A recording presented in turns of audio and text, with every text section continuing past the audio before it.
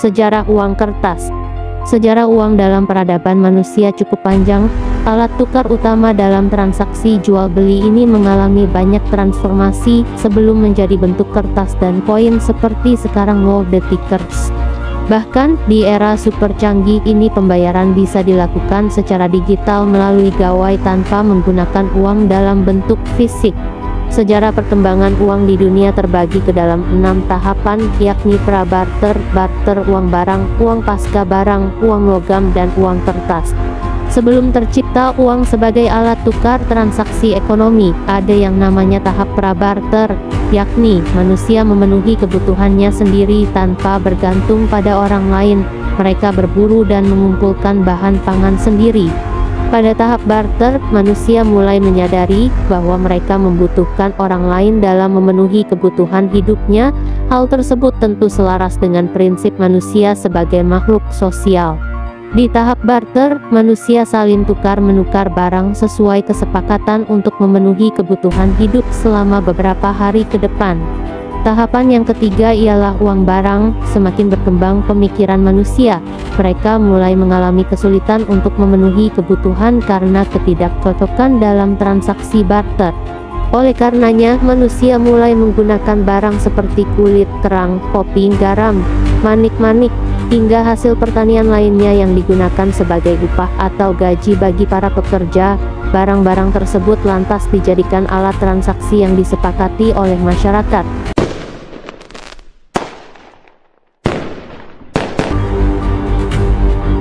Sejarah kemunculan uang dan perkembangannya di dunia. Sejarah uang dalam peradaban manusia cukup panjang. Alat tukar utama dalam transaksi jual-beli ini mengalami banyak transformasi sebelum menjadi bentuk kertas dan koin seperti sekarang the tickers. Bahkan, di era super canggih ini pembayaran bisa dilakukan secara digital melalui gawai tanpa menggunakan uang dalam bentuk fisik. Sejarah perkembangan uang di dunia terbagi ke dalam 6 tahapan, yakni pra-barter, barter, uang barang, uang pasca barang, uang logam, dan uang kertas. Melansir dari buku Perkembangan Uang dalam Sejarah Dunia karya Sama Al-Rashid, berikut pembahasannya.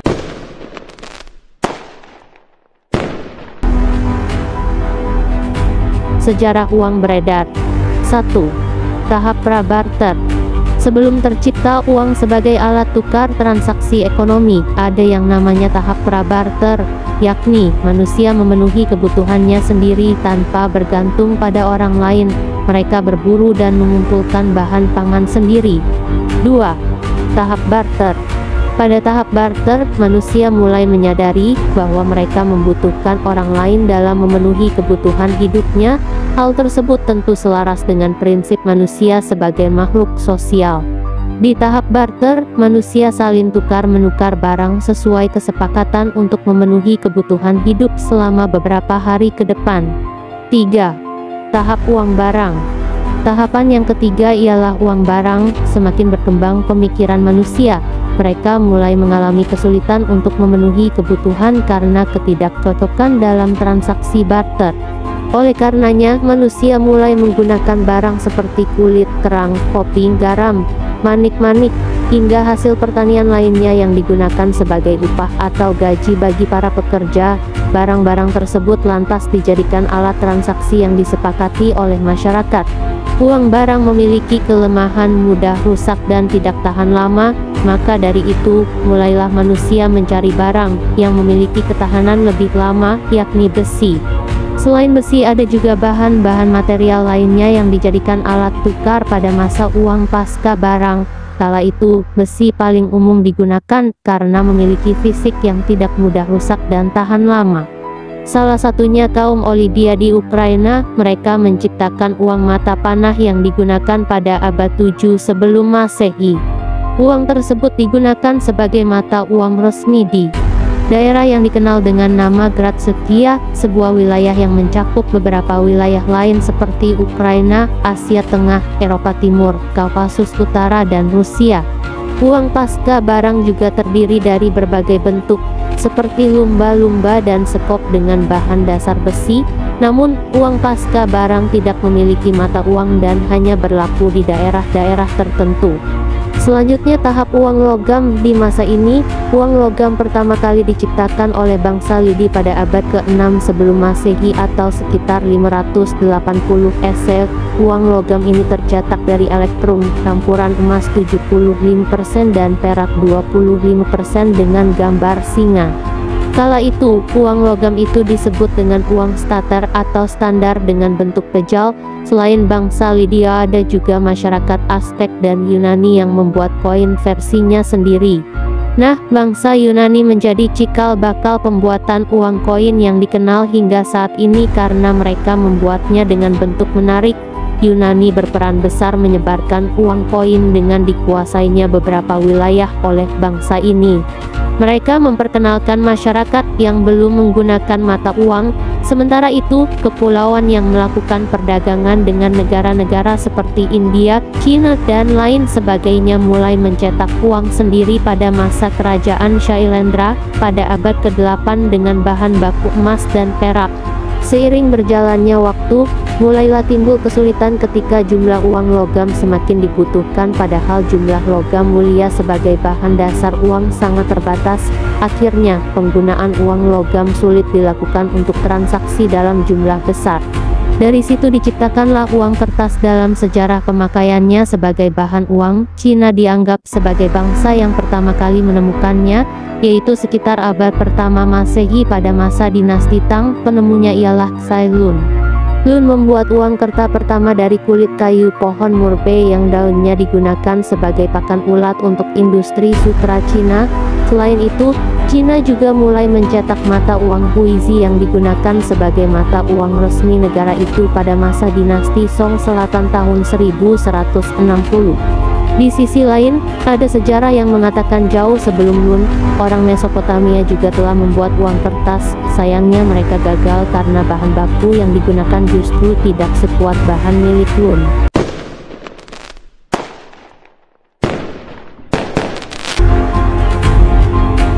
Kapan uang kertas mulai beredar di Indonesia?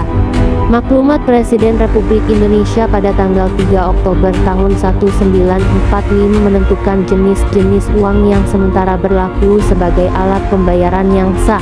Saat itu, Indonesia memiliki 4 mata uang yang sah. Mengutip Lama Kementerian Keuangan, pada November 1945, Menteri Keuangan A. Maramis membentuk Panitia Penyelenggara Pencetakan Uang Kertas Republik Indonesia yang diketuai T.L. Sabarudin dari Kantor Besar Bank Rakyat Indonesia BRI. Pengerjaan Oyang Republik Indonesia (YORI) dimulai pada Januari 1946. Pembuat desain dan bahan-bahan induk master berupa negatif kaca dipercayakan kepada Percetakan Balai Pustaka Jakarta. Sedangkan pelukis pertama Oyang Republik Indonesia (YORI) adalah Abdul Salam dan Suerono. Melalui keputusan Menteri Keuangan tanggal 29 Oktober tahun 1946 ditetapkan berlakunya uang YORI secara sah mulai tanggal 30 Oktober tahun 1946 pukul lewat menit. Undang-Undang tanggal 1 Oktober tahun 1946 menetapkan penerbitan YORI.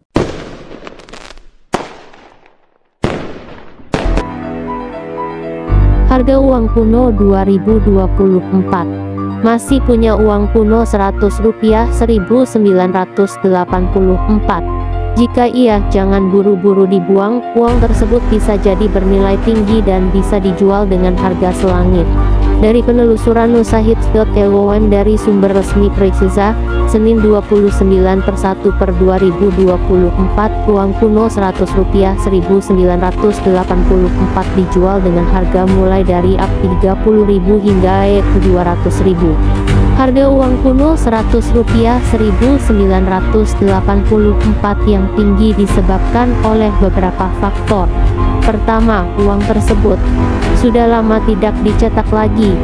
Kedua, uang tersebut memiliki desain yang unik dan menarik. Ketiga, uang tersebut memiliki nilai sejarah. Uang kuno Rp100 1984 memiliki desain yang unik dengan gambar burung merak di bagian depan dan gambar Candi Borobudur di bagian belakang. Uang tersebut juga terbuat dari kertas berkualitas tinggi dengan warna yang cerah. Selain itu, uang kuno Rp100 1984 juga memiliki nilai sejarah. Uang tersebut diterbitkan oleh Bank Indonesia pada tanggal 17 Agustus tahun 1984 bertepatan dengan peringatan Hari Kemerdekaan Republik Indonesia.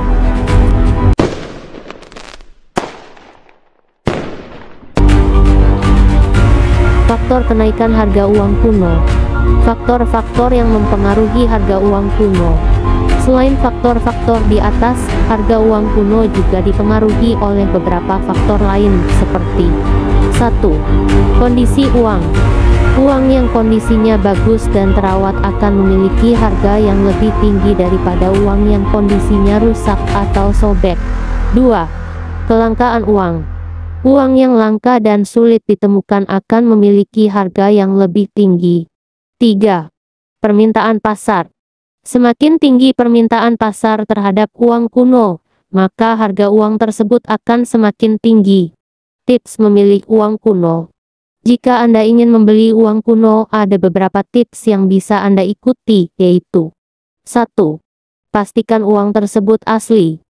Hindari membeli uang kuno yang palsu. Anda bisa mengecek keaslian uang kuno dengan melihat tanda air, benang pengaman, dan hologram. 2. Cek kondisi uang. Pastikan uang tersebut dalam kondisi yang bagus dan terawat. 3. Lakukan riset harga. Sebelum membeli, lakukan riset harga terlebih dahulu agar Anda tidak tertipu. Uang kuno Rp100 1984 bisa menjadi peluang untuk mendapatkan keuntungan. Jika Anda memiliki uang tersebut, jangan buru-buru dibuang. Anda bisa menjualnya dengan harga yang tinggi.